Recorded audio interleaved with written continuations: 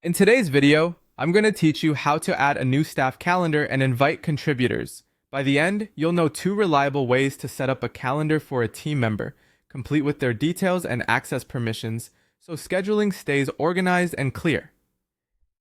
Let's start by creating a brand new calendar for a staff member. Begin by scrolling down on the left side of your screen to find the calendar options. Click on Availability to open the scheduling area.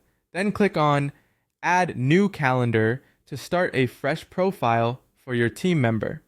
In the name field, type the calendar name or the staff member's name. Keep it clear and consistent so it's easy to recognize later. Next, add a description.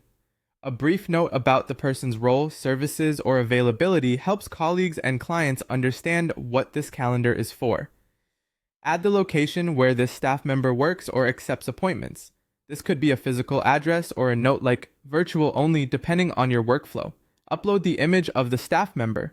A simple, professional headshot works best and makes the calendar easier to identify at a glance. Now add the email or phone number so people can reach them if needed. If your setup includes separate fields, make sure to include their email as well. Accurate contact details help with confirmations, reminders, and follow-ups. When you've entered everything, take a quick moment to check spelling and consistency. It saves time later. There's another way to handle access and collaboration by inviting the person as a contributor with the right permissions. Go to Settings to manage account level options. From there, go to Permissions and Ownership to open the access controls. Click on Permissions to view what's currently allowed, then click on Invite Contributor to add your staff member. Type the staff member name so it's easy to recognize within your team.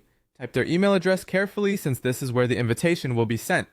You can make it as full access if you want, which allows them to manage events, availability, and related settings without needing your help each time. Choose the access level that fits your workflow and compliance needs. After that, click on Invite to send the invitation. That's it. You've set up a dedicated staff calendar and, when needed, granted the right access to manage it. Keeping names, descriptions, and images consistent across your team makes navigation simple, and accurate contact details ensure scheduling runs smoothly. If you follow these steps, your calendar system will stay clean, professional, and ready for growth.